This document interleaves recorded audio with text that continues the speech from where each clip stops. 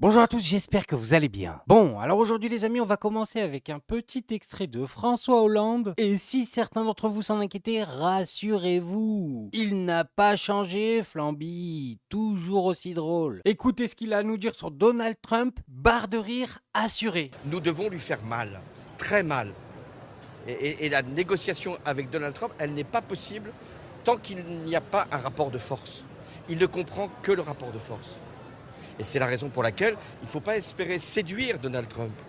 Il ne faut pas essayer de le convaincre. Il faut essayer de lui faire tellement mal à son économie, à son argent, à la bourse américaine qui commence d'ailleurs à fléchir, tellement mal aux industriels, aux agriculteurs aussi américains, qu'ils cèdent. Oui, bah oui, on va faire ça. C'est vrai que ça a tellement bien marché celle-là quand on l'a tenté contre les Russes. Non, mais la seule vraie question qu'on se pose quand on écoute François Hollande parler, c'est est-il dans le déni ou vit-il dans un monde parallèle? Je suis désolé, ce gars-là est pas capable de voter une motion de censure alors qu'il est soi-disant dans l'opposition. Et là, il nous propose de faire un bras de fer avec la première puissance mondiale. Un peu de sérieux, Flamby, un peu de sérieux. Bon, et sur un autre sujet, suite à la conférence de François Bayrou qui menace clairement l'Algérie de rompre les accords de 68, Bruno Retailleau a tenu à en rajouter une couche. Et là, je me pose deux questions. Premièrement, où est-ce que Bruno Retailleau trouve le temps de faire son boulot de ministre de l'Intérieur, puisque le gars passe clairement la majorité de ses journées à faire le tour des plateaux télé, à faire des interviews pour nous parler de l'Algérie. Je veux dire,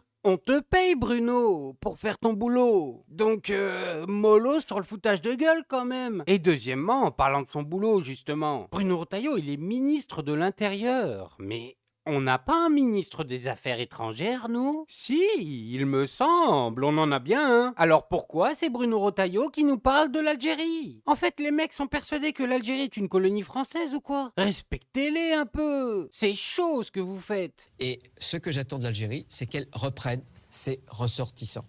Voilà. Et si elle ne le fait pas, c'est ce qu'a très bien dit le Premier ministre, eh bien, il y aura une graduation. Nous appliquons déjà auprès d'une liste de personnalités un certain nombre de mesures de rétorsion, puisque il nous faut, par exemple, pas seulement un passeport diplomatique, mais un ordre de service, etc. C'est ce que nous avons déjà, avec Jean-Noël Barrot, mis au point à nos frontières et notamment dans nos aéroports. Mais on a des réponses graduées.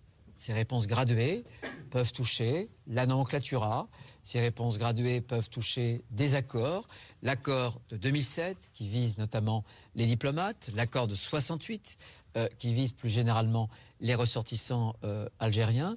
Voilà, c'est une gamme de réponses que nous pourrons faire, de riposte, en fonction des réponses algériennes. Mais bon, déjà, je veux pas te faire un cours de français, Bruno, mais on ne dit pas graduation, mais gradation. Graduation, ça veut dire autre chose. Mais allez, passons. Celle-là, je te la laisse. Tu vois, je suis gentil. Non, mais je suis vraiment gentil avec toi. C'est pour ça, je comprends pas pourquoi tu viens nous saouler matin, midi, soir avec l'Algérie. Bon, et entre-temps, l'Algérie a fait un communiqué et nous a répondu. Et je peux te le dire, le français, eux, ils savent l'utiliser, mon copain. Attention, c'est autre chose que Bruno Retailleau et compagnie. Là, tu la sens, la plume. Elle a du chakra. Mais en gros, ils nous disent qu'ils ne vont rien faire du tout et qu'ils laissent à la France la responsabilité d'envenimer le conflit. Par contre, si on en vient à remettre l'accord de 68 en question, accord qui pour eux, en plus, n'a déjà aucune valeur à part sa valeur symbolique. Mais si on fait ça, si on touche à cet accord, eux, ils répliqueront immédiatement en remettant en cause d'autres accords. Et voilà, c'est l'escalade. C'est pour ça qu'ils ont conclu de façon plus que lucide. Ainsi, l'extrême droite française, revancharde et haineuse, aura réussi son pari. La relation franco-française qu'elle a pris en otage aura été mise au service de basses œuvres politiciennes indignes d'elle. Ah, ils ont très bien compris d'où ça vient. C'est signé. Bon, mais dans tout ça, le pire, c'est que Bruno Retailleau est en train de déclencher un désastre diplomatique. Aller créer des tensions avec d'autres pays, ce n'est pas du tout, mais alors pas du tout, sa fonction. Mais le meilleur pour nous parler de Bruno Retailleau, c'est encore Karim Zeribi. Mais l'Algérie ne dépend pas de la France. C'est pas parce que vous allez fermer quelques visas que l'Algérie va se retrouver déboussolée, décontenancée, en perdant effectivement tous ses repères. Mais de quoi on parle? L'Algérie est aujourd'hui le 9e producteur de gaz au monde, le 17e producteur de pétrole. L'Algérie travaille avec des grandes puissances telles les États-Unis, la Russie, la Turquie, l'Allemagne, la Chine. L'Algérie aujourd'hui est ouverte sur le monde. D'ailleurs, la France a perdu sa place de premier partenaire commercial, a-t-il. Donc que veut-on? Que veut-on? Raviver la guerre d'Algérie? On pense que quand on parle à l'Algérie, c'est encore un département français? Et il faut se réveiller là. D'abord, il faut revenir par la voie des diplomates. Il y a un ministre des Affaires étrangères. Je me demande où il est. Donc il est quand même assez timide, en retrait. On dirait Retailleau. Retailleau est qui? Il est président de la République? Retailleau quoi? Premier ministre? Retailleau quoi? Ministre des Affaires étrangères? Non, rien de tout cela. Il est ministre de l'Intérieur. Il se lève le matin, l'Algérie. Il vient faire une interview à midi, l'Algérie. L'après-midi, on lui pose la question, l'Algérie. Le soir, peut-être avant de dormir, l'Algérie. Stop, ça suffit. C'est insupportable. Je veux dire, il en fait un enjeu de politique intérieure. Je sais qu'il brigue la présidence des LR et qu'il veut aller flatter un certain électorat. C'est son agenda politique. Mais qu'il ne prenne pas la France en otage. C'est dingue. On laisse Bruno Retailleau réduire la question de la relation franco-algérienne aux OQTF. Je ne sais pas si vous vous rendez compte de la folie. Entre la France et l'Algérie, il y a tellement plus d'enjeux, tellement plus de paramètres qui entrent en jeu. Bon, mais en tout cas, il n'y a pas que moi que ça choque le comportement de Bruno Retailleau. Je vous le dis, ce gars-là est dangereux en vrai. D'abord, ce que je voudrais dire, c'est qu'il y a une question qui est préoccupante, c'est que ce soit Bruno Retailleau qui prenne en charge le dossier de l'Algérie, le dossier des relations avec l'Algérie. Bruno Retailleau, il est ministre de l'Intérieur, il n'est pas ministre des Affaires étrangères. Enfin, les OQTF, non, sauf que son discours est un discours qui porte sur les relations avec l'Algérie. L'Algérie nous humilie, il faut passer à la manière forte, etc. C'est-à-dire qu'il ne parle pas simplement des OQTF, il généralise et globalise son propos. D'ailleurs, la question des relations avec l'Algérie n'est pas qu'une question qui concerne les OQTF. Si on enferme les relations avec l'Algérie dans la question des OQTF, je pense qu'on devient tout petit. Et le problème, c'est que ce que je crois, c'est qu'il y a un problème de qui porte le discours et la voix de la France. Est-ce que c'est le ministre des Affaires étrangères? Est-ce que c'est le président de la République? Ça, c'est la première question. La deuxième question, vous venez de le rappeler, c'est que, en fait, on a une dégradation des relations entre la France et l'Algérie qui remonte, comme ça vient d'être rappelé, à cet été, avec la reconnaissance de la marocanité du Sahara occidental contre la position de l'ONU. Pardon, parce que l'ONU ne reconnaît pas le Sahara occidental comme marocain. La France prend une position qui rompt avec la tradition diplomatique historique et rompt avec le consensus international qui est de ne pas reconnaître le Sahara occidental comme marocain. Donc ils le font. Ça fâche beaucoup l'Algérie qui ne revendique pas. L'Algérie ne revendique pas le Sahara occidental. Non, elle soutient le Front Polisario. Elle soutient le Front Polisario, mais elle ne revendique pas le Sahara occidental pour elle-même. Elle ne demande pas que le Sahara occidental fasse partie de l'Algérie.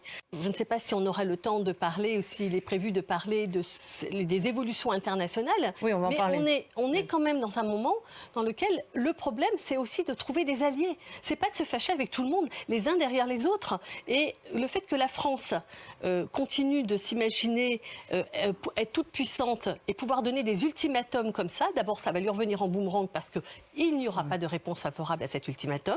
Donc on va se retrouver comme des idiots. Oui, mais Bah oui, on va se retrouver comme des idiots. On pourra pas assumer. C'est un bluff évident. Je sais pas pourquoi Macron les laisse faire ça. Peut-être qu'il essaye de prendre la température, mais à la fin, on pourra pas appliquer nos menaces puisque c'est nous qui perdons le plus. Bon, et maintenant on va passer à un sujet qui n'a rien à voir. Et écoutez bien celle-là, vous allez voir, c'est marrant. Laurent Geoffrin, journaliste de gauche que vous avez pu voir à la télé, un peu sur tous les plateaux, et notamment sur CNews, a tweeté quelque chose concernant la fin de C8. Et plutôt que de vous le lire, je préfère laisser Pascal Pro le faire, parce que c'est là que ça devient drôle. Laurent Geoffrin, je vous assure, je suis pas méchant, vous le savez bien. Il est venu ici, et j'ai rien contre personne, vous le savez.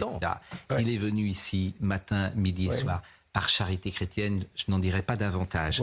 Mais Laurent Geoffrin, toutes les arguties propagandistes des zélateurs de la droite dure n'y changeront rien. L'Arcom et le Conseil d'État ont eu 100 fois de raison de retirer sa fréquence à la chaîne de Cyril Hanouna.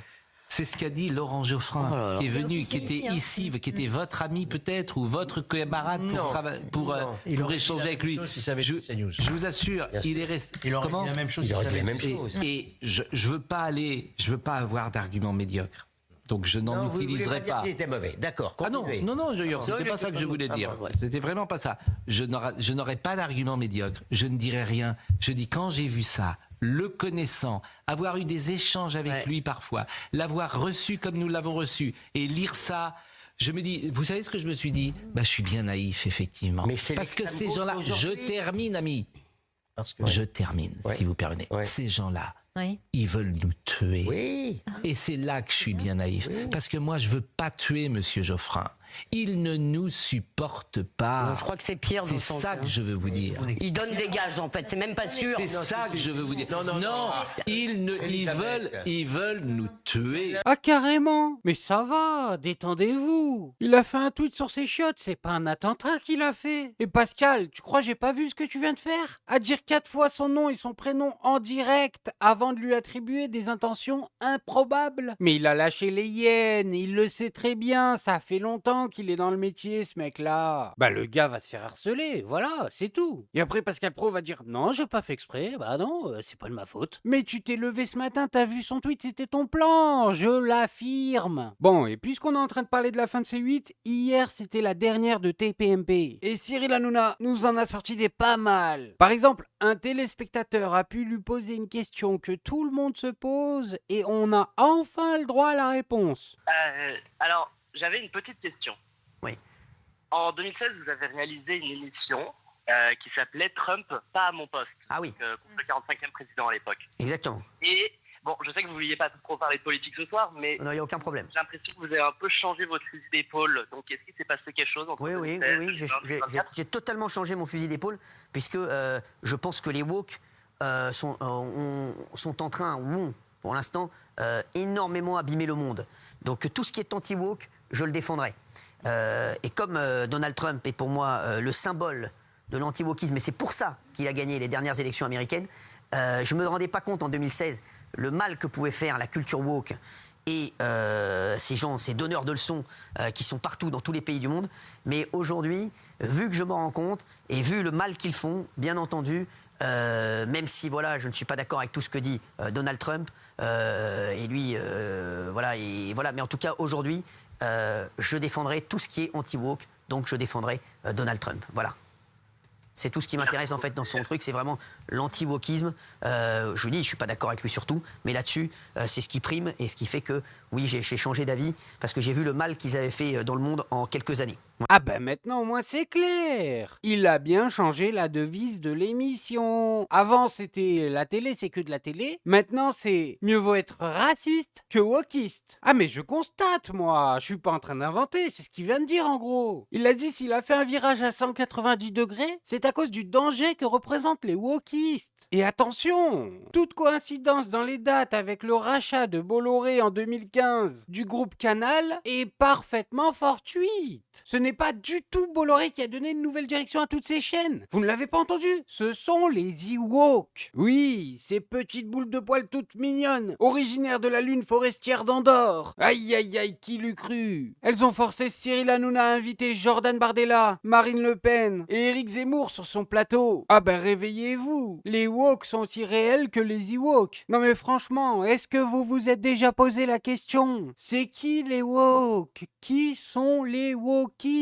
Qu'on me désigne tout de suite ce groupe de personnes suffisamment puissants pour mettre la pression sur le monde entier. C'est du vent, un épouvantail. Bon, mais attendez, on n'en a pas terminé avec Cyril. Après, il nous en a sorti encore une meilleure. Cet extrait est la preuve par A plus B qu'il ne connaît rien à la politique dans notre pays. C'est fou, il en parle tous les jours, il ne connaît pas le contenu des programmes. Regardez-le, il pense qu'il vient d'inventer l'eau chaude. La France ne peut pas être gouvernée. La France, pour l'instant, est ingouvernable parce que elle est malheureusement, ce sont les hauts fonctionnaires qui dirigent la France. Tant qu'on cassera pas tout et qu'on ne reprendra pas depuis le début, je peux vous dire que la France est ingouvernable. Tous les présidents que j'ai rencontrés m'ont dit on est plein de bonnes intentions et au bout de quelques mois, on se rend compte qu'on ne peut pas bouger. Donc aujourd'hui, le seul moyen de faire bouger la France, c'est qu'il y ait quelqu'un qui arrive en 2027 et qui casse tout et qui reprenne tout depuis le début.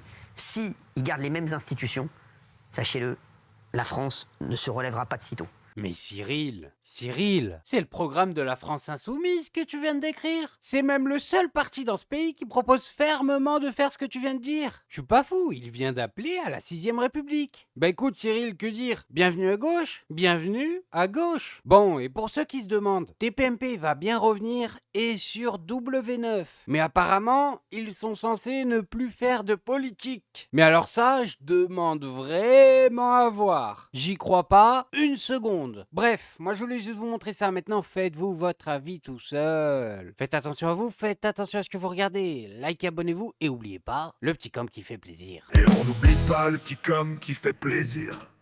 Non, le petit com qui fait plaisir. On n'oublie pas le petit com qui fait plaisir. Non, non, celui-là on l'oublie pas.